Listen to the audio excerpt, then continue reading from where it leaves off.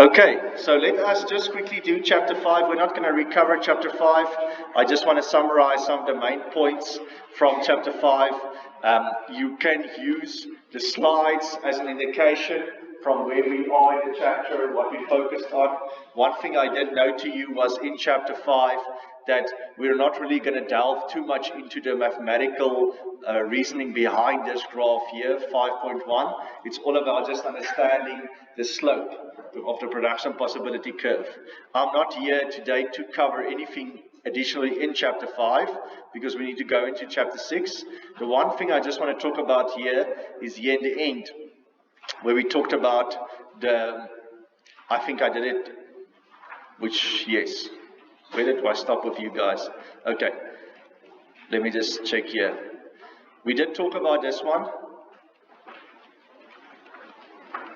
this model here. We did talk about the relative trade or supply in two countries and how it relates to trade.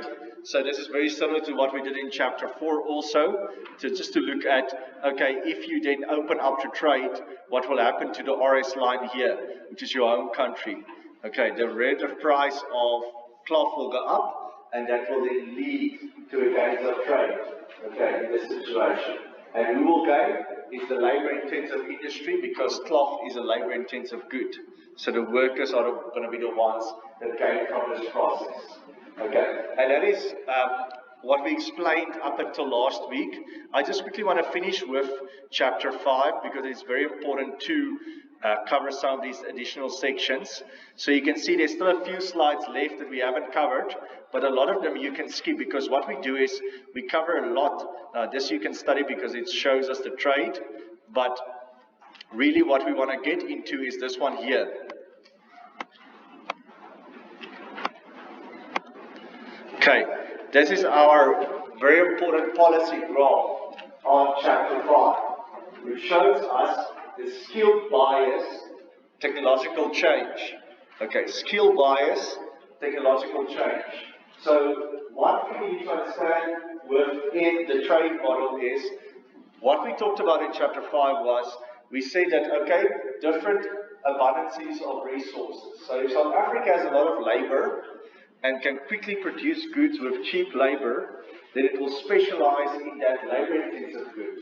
And then once it opens to trade, then the prices in that labor-intensive good will go up because everybody buys South Africa's cheap goods, and then that will lead to an overall welfare gain. But also one thing we need to understand in that is that welfare and workers are differently matched in terms of their skills. And if we look at the first model here, I just want you to look at the first model, which should be familiar to you by now when you look at chapter 5. Okay, so we have skilled and unskilled wage ratio. So now we don't look at capital and labor. We just look at labor. And within the labor market, there's a distribution of income that's going to be affected. Now, if you just look at a normal model on trade, what happens if the price of cloth goes up? If the price of cloth goes up, we know wages go up. But let's say cloth is also a high-skilled good, meaning you need high-skilled goods. What will happen is firms will actually start to say, okay, now we reduce our high-skilled workers and we increase our low-skilled workers. Okay. So what will happen is once the wage for skilled over unskilled increases, the supply of skilled over unskilled will decrease. Meaning, when it becomes more expensive to employ managers and CEOs, then we're going to employ less managers and less CEOs, technically. But does that work in reality? No, not really. And that is the technology biased change. And it's similar in trade. If the price of cloth goes up, then what will happen is skilled workers might become more expensive. So what will the country do? They will reduce the number of skilled workers because they're too expensive. But what happens if this change is technology driven? meaning the only people that can operate those jobs are skilled workers. When unskilled cannot take the place of skilled, which is more related to reality, then you have skilled biased technological change, meaning the increase in the wages of skilled workers because of the price of cloth going up still leads to a higher demand for skilled workers over unskilled. So it's a different model. The LLHH just means the low skilled and high skilled sectors. And I just want you to think about it in general almost. Think about managers and CEOs. Okay? They come in, they demand higher wages. They normally get higher wages. Why? Because companies can't just go and replace them with unskilled labor. Okay? It's the same principle here. When your trade is driven by technology-driven trade, like let's say the boom in the dot-com industry and electronics. When the electronic system, the dot-com boom happened, companies wanted IT people to work for them. Companies still do. They want data analysts, IT people, programmers. So, although the wages of the programmers are going up in South Africa and the rest of the world, what is happening to the demand for programmers in the rest of the world? It's increasing. You understand? So even though it's become more expensive for companies to employ data analysts, they are still being demanded even more. Why? Because every big company now needs data analysts, IT people, and so on. 50 years ago, you didn't even need an IT person. One person. Now you have the whole department running on one of data analysts and so on. So this is so important to understand. That is a technology-driven sector or change that leads to a higher level of skilled over unskilled. So that is one thing you need to understand. And once you understand this graph, what I would advise you to do is go through these slides, read through them, because if you read through them, you should be able to understand more in detail what I'm talking about when they talk about the US economy versus skilled, unskilled labor. But really the core of this question in a test can come from a case study question based on this type of graph. Okay. We really need to understand the technology-driven change. The last concept I just quickly want to cover in this chapter is factor price equalization, which are these three slides, 56, 7, and 8. So factor price equalization is also a very important concept to understand. Now, what is factor price equalization? Now, remember in chapter 3 we talked about indirect production. We said that if I produce one good that uses a lot of labor, or produce one good for someone else. So let's say I'm the other country, I make cheese. The foreign country makes wine. So what are they doing? They're making wine for me indirectly. Okay? You agree with me? Okay. What happens in that situation if you look at the relative supply and where's that graph? The relative supply curves for foreign and home. What happens to these two countries? The price of the two countries merge. You understand? The low price in South Africa for cloth, the high price in Africa for cloth. Once it opens to trade, the countries, the price of cloth merges or goes to each other. Okay. It draws to each other. That's what you can see in this graph here. It moves towards 2. So there's an alignment of price of cloth and price of food. That is just prices in general. But what happens to factor prices? Factor prices also align. Meaning the wages also align. If the wages was 50 in the USA and 10 in South Africa per hour, then if we open to trade, what will happen is produce more labor-intensive goods because of the cheap labor, the lower wages. But that will also lead to a higher wage. So there's a mergence of wages, or a convergence of wages. That's what we call factor price equalization, meaning after you're open to trade, it leads to a factor price equalization.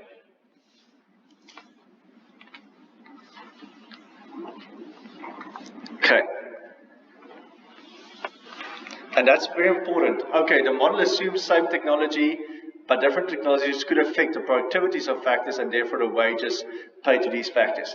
I just want you to think about an example while you're reading these slides, because obviously you're going to go and study the slides to understand it also better, but also just to think about a practical example. Again, you think about a country like, let's say, Germany and Botswana. The wages in the same industry is different. Do you think a worker in, let's say, the machinery industry gets paid the same in the two countries? No. Meaning the wages are different. Okay. So according to this model, trade should let the workers in Botswana and Germany earn the same. Okay. Why doesn't that happen all the time? Because of technology. Technology in one country makes things more productive than what another country can do. The more productive you become, the quicker you can produce, the more you can sell, the more you can build and become profitable and take over the market.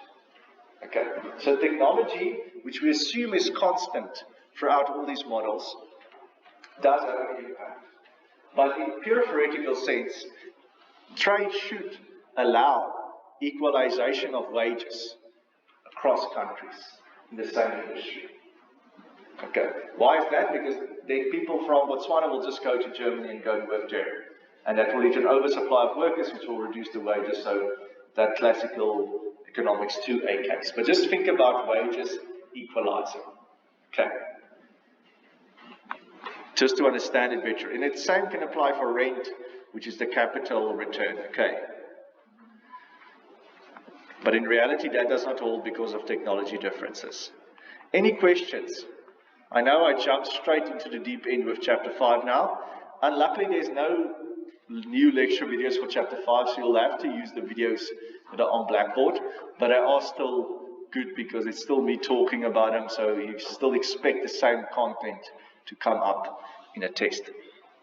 Okay, I'm going to go now to Chapter 6, if that's okay. I know I'm rushing through this, but I'm recording it, so that's why I don't mind going fast, because I know everybody's going to be able to go and watch it afterwards. So let's now delve into Chapter 6, which is your standard trade model, the last trade model. Okay, Chapter 8 and 9, it's no new models, it's only looking at export subsidies and tariffs and all of that, which we'll talk about. But a standard trade model is now almost getting to an end of what we've done the last couple of months from Chapter 3, 4, 5. What is the standard trade model? The standard trade model combines now all three of these models. Firstly, just some learning objectives that you can do, preview. But really, the standard trade model is a general model that includes the Ricardian, specific factors, and the Esker-Ohlm model as special cases.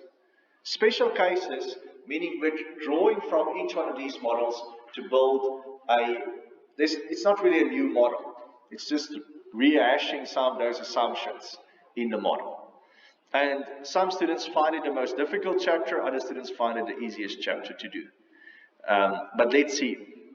Again, you're still left with two goods, food and cloth. Each country's production possibility curve is a smooth curve, meaning just a concave line. And now we have differences in labor services, labor skills, physical capital, land, and technology between countries. Okay, which causes production possibility curves to be different.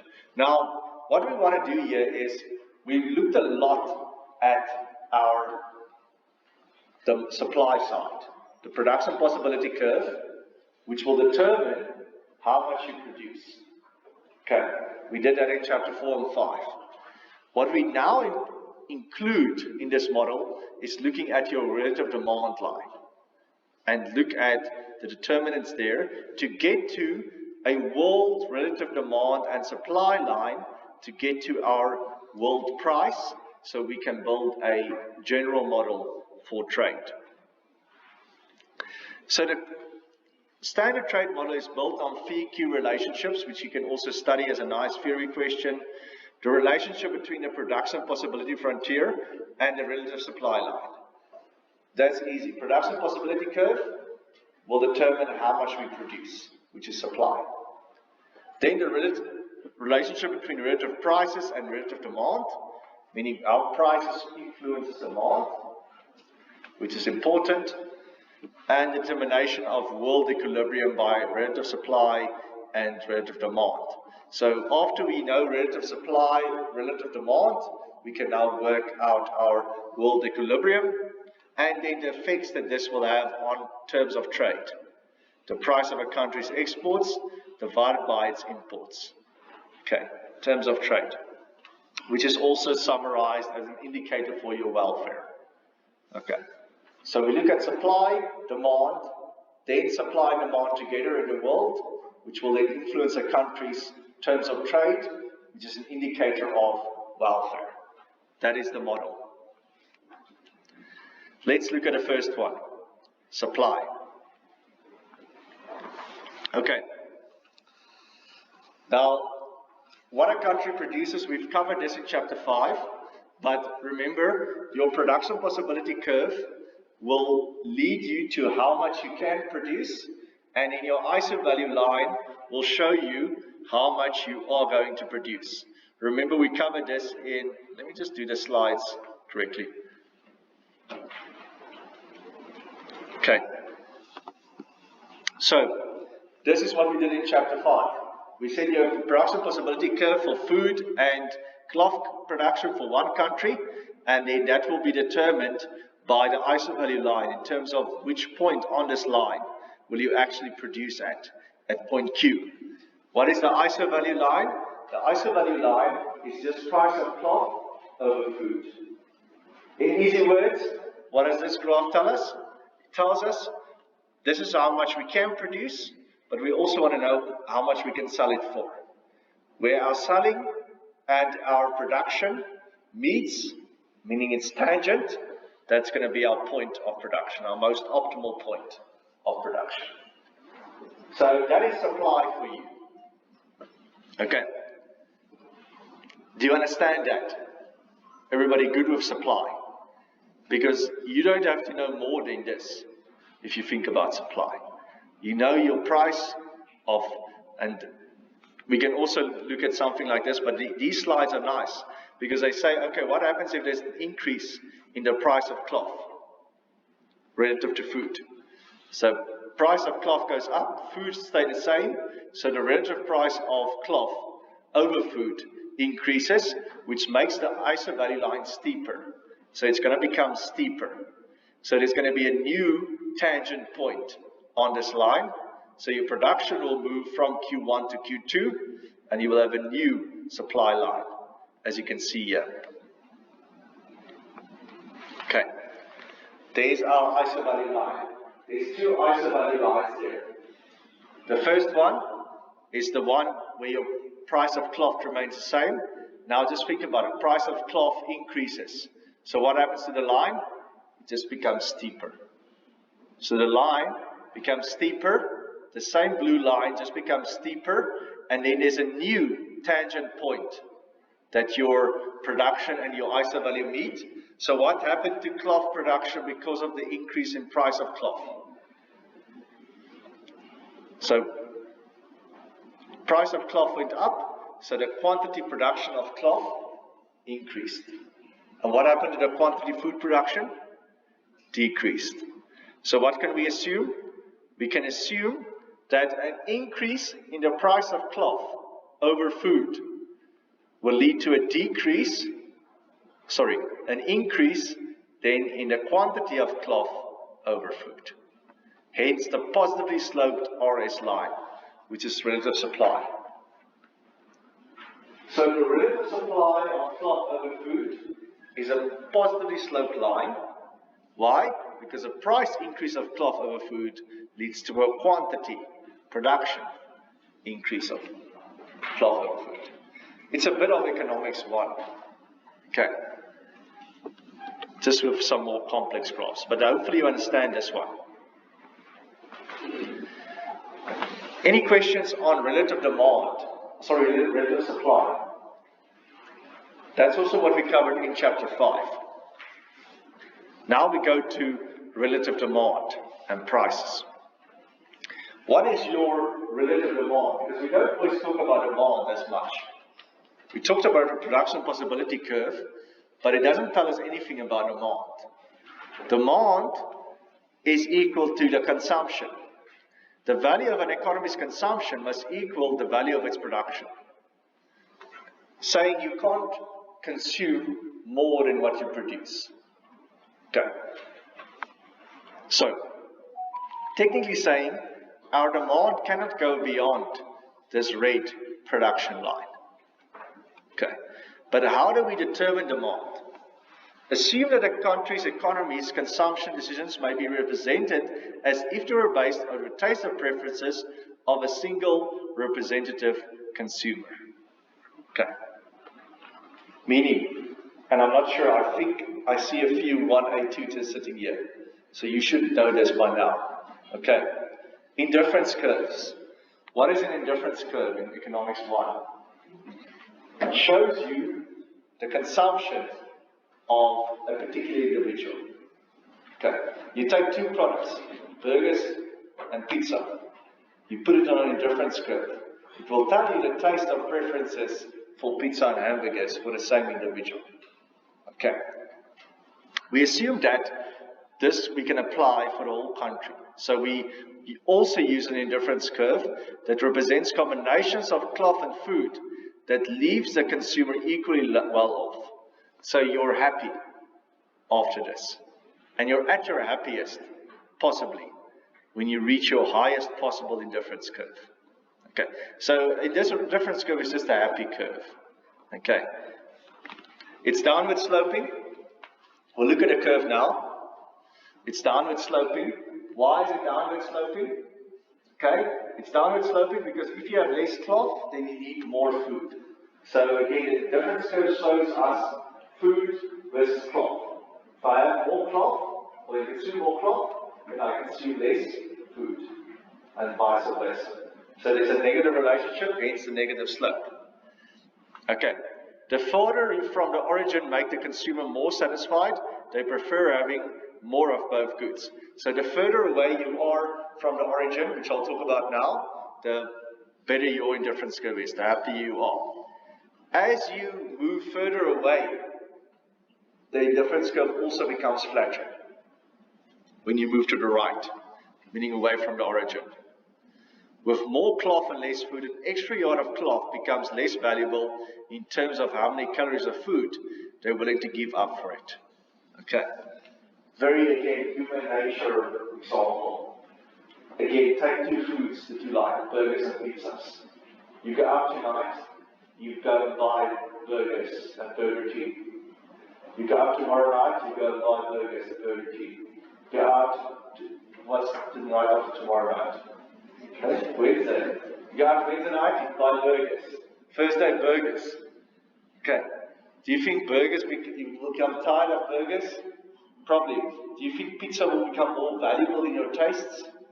Yes. The less you consume of one thing, the more valuable it becomes for you. The more you consume of something, the less valuable it becomes, or the less tasty. Understand? So that's why it flattens out as you move on a higher indifference curve. Let's look at indifference curves. Okay.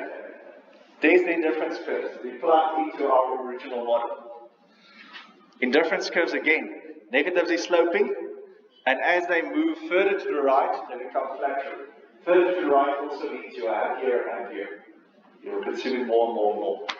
But let's look at these 2 points now, because this summarizes almost everything from chapter 6 for me, this graph. Firstly, Q. What is Q? It's the production.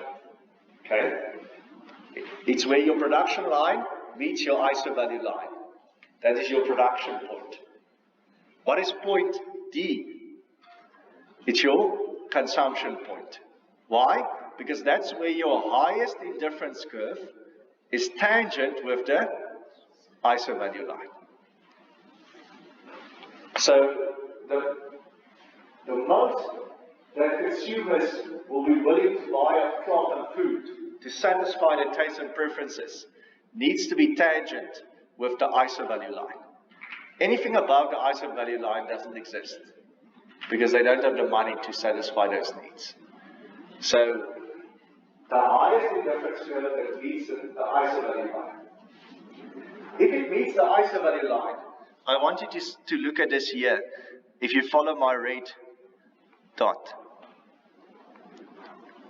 Let me see if I can draw something. Okay. You see this point here, D.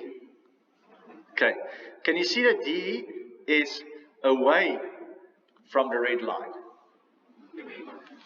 Can you see that D is away from the red line? That's bad drawing, but you can see D is away from the red line. What does this mean? We're consuming more than what we're producing. Of which good? If you look at it, our Q says here is our food import or our food production. Our demand says here's our food consumption. So what is left is our food imports. So this is the food imports. But now we're producing at Q and we're only demanding this amount of cloth. So what are we exporting? Cloth. So what does the relative demand and supply line tell us, or this diagram tell us? It tells us which good we're exporting and which one we're importing, based on our demand and our supply. So you can see here, because the D is away from the red line, it means that there's not enough production to satisfy that level of demand. So what do you need to do? You need to import. But you don't import both goods because you're producing enough cloth. You just need to import food and then you can export your cloth.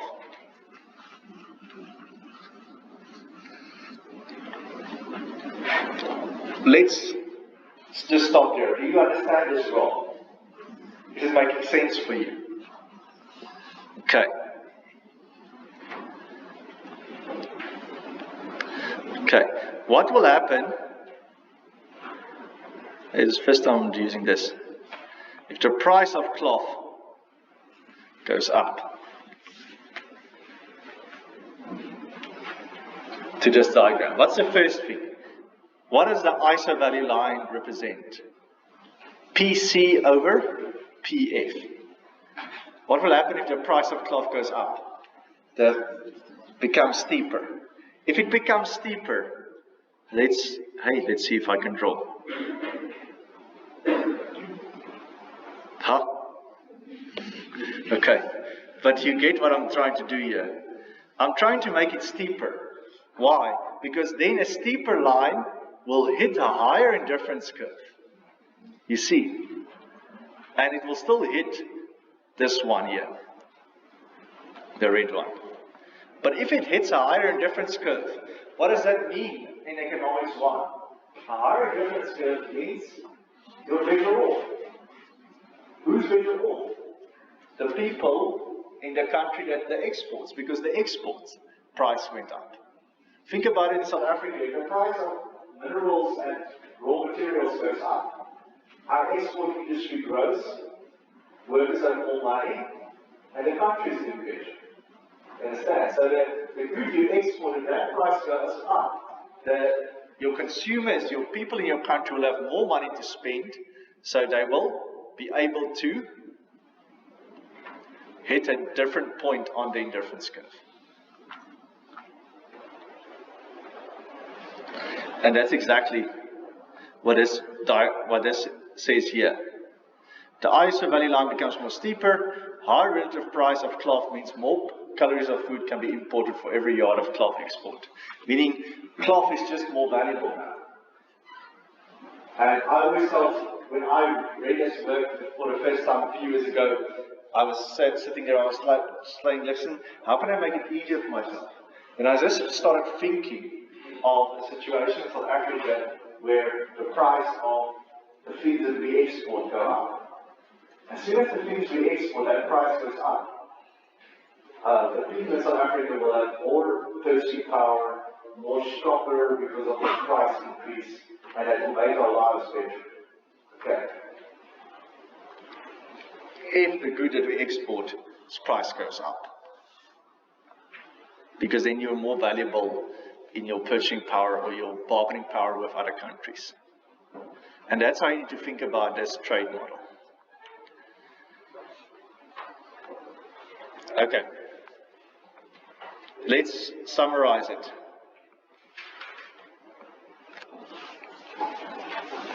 So let's look at these two models. Again, you don't have to get too complex in this. You just go to this one, VV1, which is your ISO value line. Okay. So that on that line, you're producing at Q1 and your demand is at D1. Now, all of a sudden, the price of cloth goes up, so it becomes more steeper, so you can hit a further away indifference curve. Okay. One thing that happens with this indifference curve is we need to think about two types of effects that you will also study in your test. There's two types of effects that happens once the price of cloth goes up with the indifference curves. Firstly is the income effect. Meaning, because we are exporting the goods and the price goes up, our exporters will have more money, so there's an income effect. There's positive income shocks in our economy. So, our indifference curve is on a better level. That's the income effect. The substitution effect is this. Can you see here that, and it's difficult to see, but we move from point D1 here to point D2 here. I just want you to see on this indifference curve, can you see these 2 points are at different points of the indifference curve? You understand? It's not if you go here, like here. It's on different points on the indifference curve. Why is that? Because what happened? The price of cloth went up. So, yes, it made us richer as exporters of cloth, but also it made it more expensive to buy cloth. So, what are we buying more? Food. Okay. Always remember that exported growth and prices still harms the consumer in that country. Okay. I talked about it last week. It's all nice if South Africa has a cheap thing to produce, opens to the world, and then that thing becomes more expensive to sell and then producers can. But still the consumers now also need to pay for a higher price of the goods.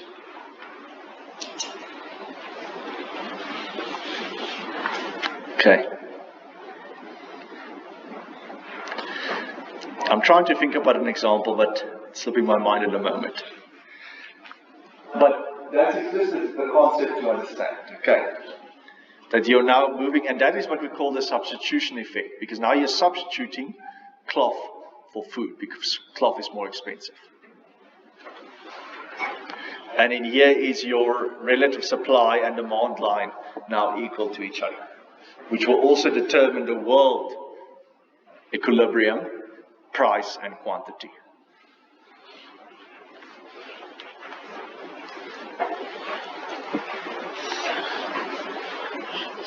Questions on this?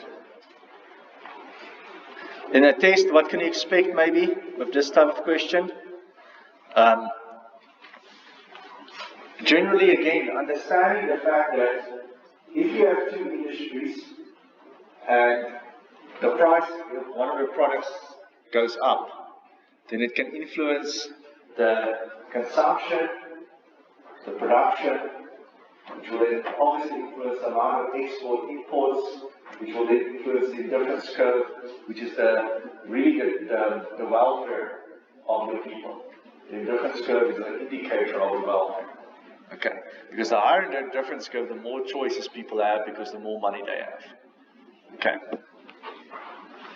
And that is probably my last comment on this, is just to know that why do we, when we shift our ISO value line upwards, why if it becomes steeper, do we move to a higher indifference curve? Because if the price of cloth goes up and we are exporting the cloth, then we as cloth producers have more money in the country. And that will increase the general welfare of the country because they are heavily cloth producing. It still applies in developing countries. You can go in Africa, Asia, you'll see developing countries that are so dependent on certain raw materials that if there's a big price shock like commodity boom, you read in the news, commodity booms. Why? Because commodity booms normally helps African countries a lot in terms of their GDP. Because we are export-led with those goods, commodities. Okay. But the same principle applies then here. Now let's move on with that. US consumer gains from Chinese imports. You can leave out that slide 20 and 21. I'm saying it now officially on the video recording. Let's look now at the welfare effects of the terms of trade. So we're almost at the last section now of chapter 6. We've covered demand, we've covered supply, we probably know what the equilibrium price and demand is. Now we want to know what is the welfare effect. Now the welfare effect we determine with the terms of trade. Terms of trade is a very important indicator because it looks at the price of your exports relative to the price of imports. Okay, so price of exports over price of imports. You can even go and get it for South Africa. It looks at all the goods we export for, the price, versus all the goods we import. Do we think we export more expensive goods or do we import more expensive goods in South Africa? I talked about, we import more expensive goods. Because why? Because we normally sell raw materials at a cheap price and then let someone else manufacture it. And then, like China and India and Russia and USA or Germany, and then we import the final good from them at a very expensive price. The only way to solve that, expand your own manufacturing. Produce the thing yourself. Okay. Which is why China and India and Russia are so strong and the BRICS countries are getting stronger because they've noted that. South Africa also, our manufacturing is growing quite strongly if there's no load shedding. Okay. But let us look now at terms of trade. So the terms of trade really identifies how strong we are as a country in the world. If your terms of trade is high, you're very strong. If your terms of trade is low, then you're not very strong. Because then your price of exports over your imports is low. When a country exports cloth and the relative price of cloth increases, the terms of trade rises. So if the price of cloth goes up, and that's the good we export, then our terms of trade goes up. Okay. Because of a higher relative price for exports means that the country can afford to buy more imports. So now, because our cloth is going up, our price of exports go up, terms of trade goes up, meaning now we have a stronger bargaining power to buy more imported goods. Okay. And it increases the country's welfare. That's the whole thinking process behind this. Okay. If the price of gold in South Africa goes up, because we export gold, we will be able to buy more other goods from other countries of this gold price hike, which will help us improve our living standards. Okay. And in decline of terms of trade decreases your welfare. So the terms of trade then defines your welfare for you. To determine the price of cloth relative to the price of food, use relative supply and demand. So the world is very important now. We're just going to look at the world and then we're going to look at the terms of trade in that situation. Now, the world supply of cloth relative to food at each relative price and the world demand for cloth relative to food at each relative price. Okay, world quantities are the sum of quantities from two countries in the world. Very easily on a graph, which is a nice graph also to use in the test, is you have your home country, which is RS. You have your foreign country, which is the RS asterisk, so the relative supply of each. And then in the middle, that's going to be where your world price and quantity will settle. Okay. The basic thing again, which I explained last week. The price of steering wheels in South Africa is low. The price of steering wheels in Africa is high before trade. Once they open to trade, everybody in Africa will want to buy some African steering wheels, which will increase the price. Less demand in Africa, so that will decrease the price, and the price of steering wheels will settle in the middle. And that is the world, or the African continent. You understand? But that's the concept. It merges. It converges to each other. So these two are before trade, and then that one is then the world as we trade.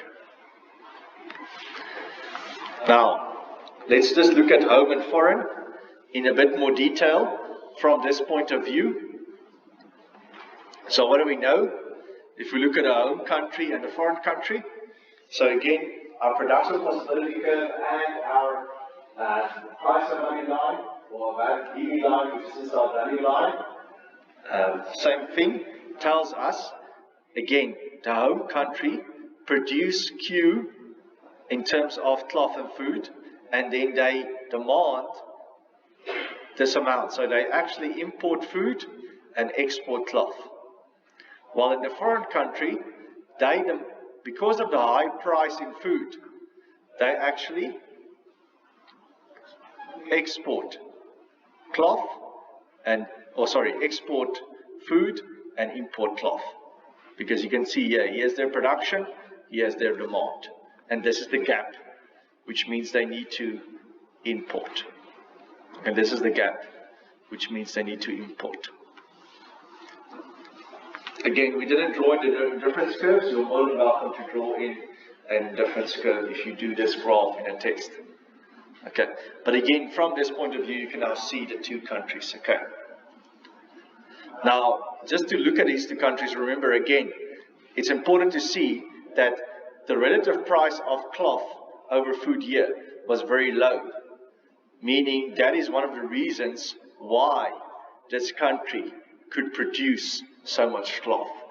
Like we said in chapter 5, the abundance of labor makes you able to produce goods at a cheap price, like clothing in China. The amount of labor led to cheap production leads you to export that good. From exporting that good, the price goes up in the market, maybe. But and then your terms of trade goes up. Okay.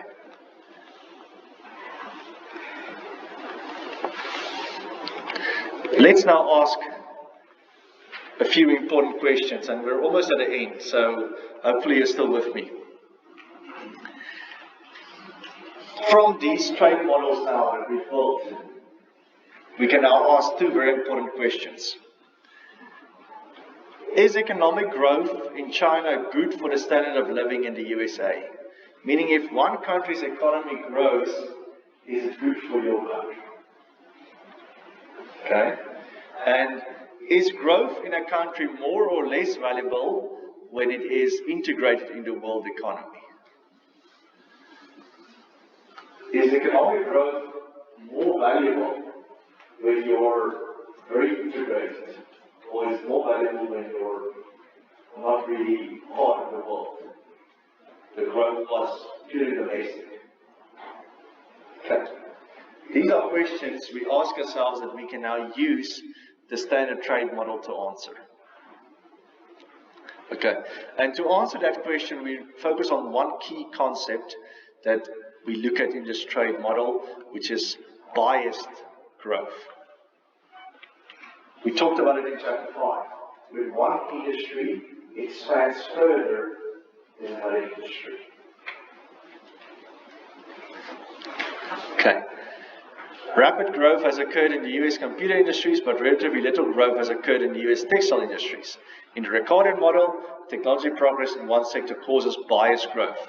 In the Escrow model, an increase in factors of production like labor supply causes biased growth. So biased growth can happen in both chapter 3 and 5. It's a central theme to say growth towards one industry. And that will influence. So let's just look at this. This is again from chapter 5. We have food and cloth production. Technology happens. Something good happens. A new machine is developed. Good. It shifts out your whole production. And you can produce more of everything. But because that technology is centered towards the cloth industry, cloth production will go up and food production will actually go down. So although it's possible to produce more of both, because the growth is towards one good in terms of technology for the cloth, it will actually lead to growth in the cloth industry.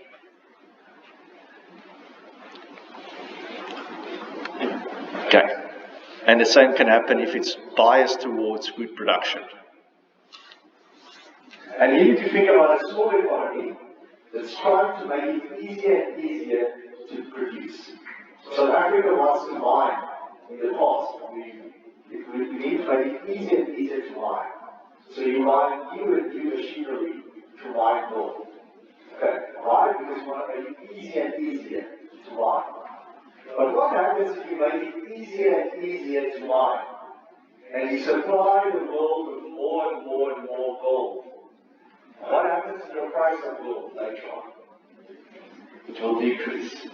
If you have a nice, rich mineral in your country, and you make it easier and easier and easier to mine that thing, you'll sell it and sell it and sell it, but eventually what will happen? The price of that food will start to go down. And what will happen to your own country's terms of trade? It will decrease. That's what we call a mesmerizing growth, which they talk about in terms of developing countries where they're stuck. They're making it more and more efficient, but they're also reducing their own terms of trade. Yes. Yes. So with minerals, wouldn't it at the end become more, because it's a scarce product or resource? Yeah. Wouldn't the price actually increase? Yes, assuming it's scarce. Assuming it's scarce. Maybe minerals is not a good example. Maybe you can use another product that you can think of. Okay, that has value. I'm not sure what to think of anymore. My brain is tired, so I'm not sure where you are there. And I have strong coffee in any case. But think about it, any product that's being produced now in the world, like coffee with Colombia and Brazil. Everybody produces almost their own coffee also. But let's say that Colombia and Brazil are making more and more effort to make the production of coffee more efficient and produce more. That will reduce the price of coffee in the world, which will produce their own terms of trade since they are so dependent on coffee exports. You understand? So your own efficiency leads to a lower welfare position in the world. Because you, by all means, you want to produce it at a cheaper price, but if you sell it at a cheaper price, then you're getting worse off in any case. Now, it's something to think about. It's not always like that in the real world, but it's something to think about. We call that biased growth. Okay, and I want to show you to you now. Biased growth and resulting change in relative supply cause a change in terms of trade. Biased growth in the cloth industry will lower the price of cloth relative to the price of food and lower the terms of trade of cloth exporters.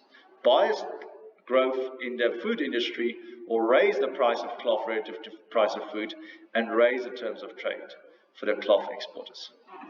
Suppose that a country exports food and the other one exports cloth. Then you can derive the following table. Growth bias towards cloth shifts the RS curves for the world to the right, while growth bias towards food shifts it to the left, which is panel B. So if you just look at the cloth industry, the home country will come in, but this is now for the world. Okay, so what will happen is there will be an increase in supply of cloth, but there will be a decrease in the price of cloth, which will worsen your terms of trade if you're a cloth exporter.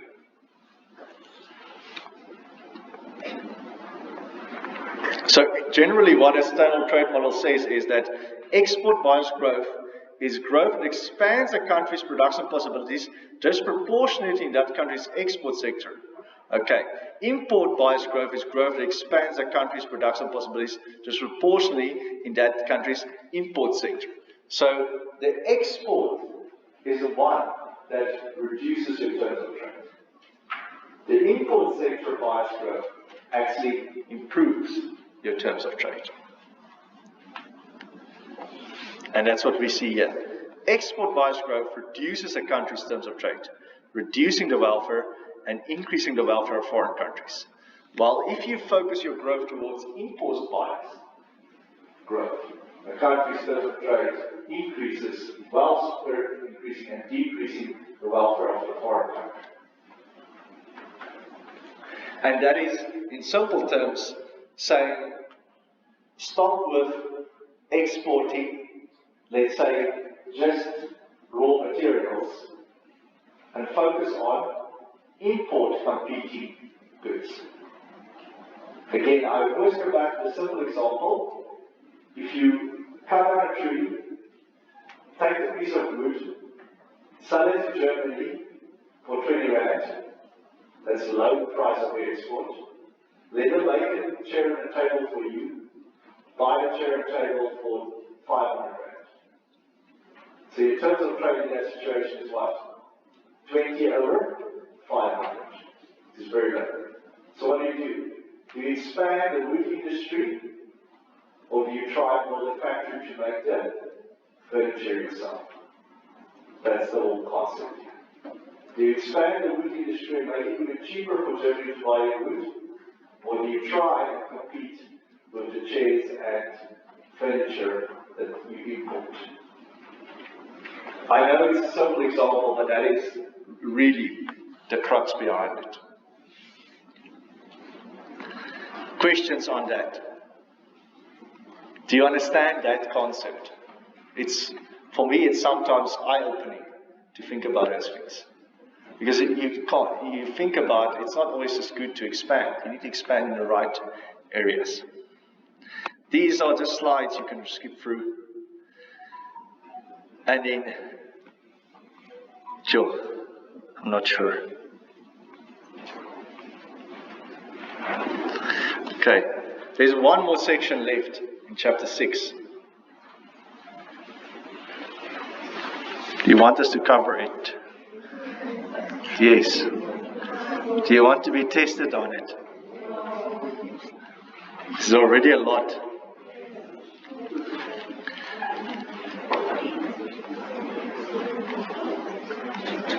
Okay.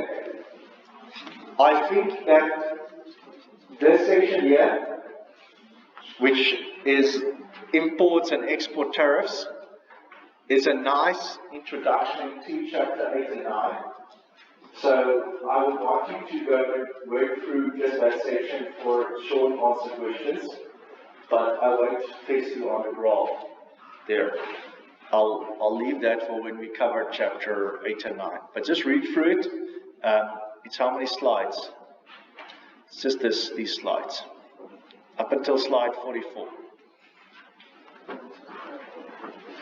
Let me just check.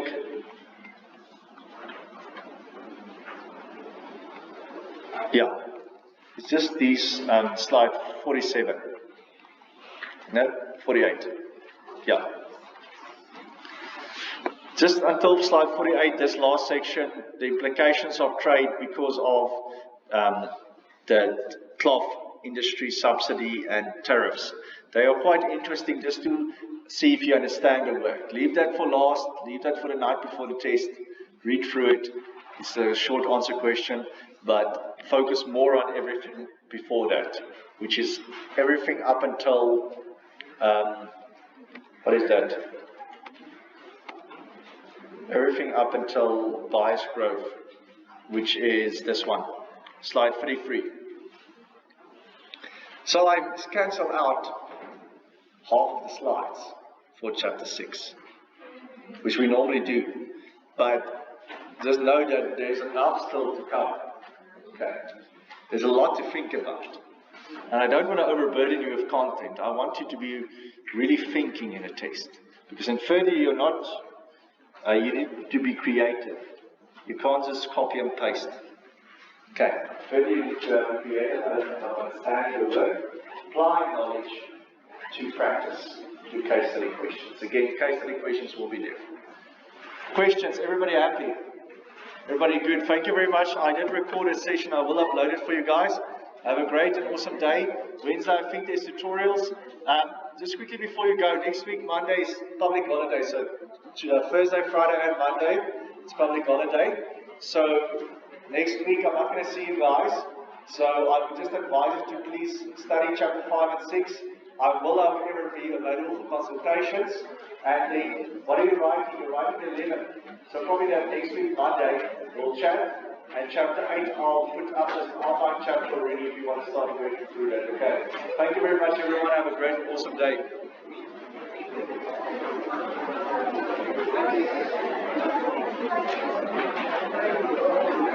day.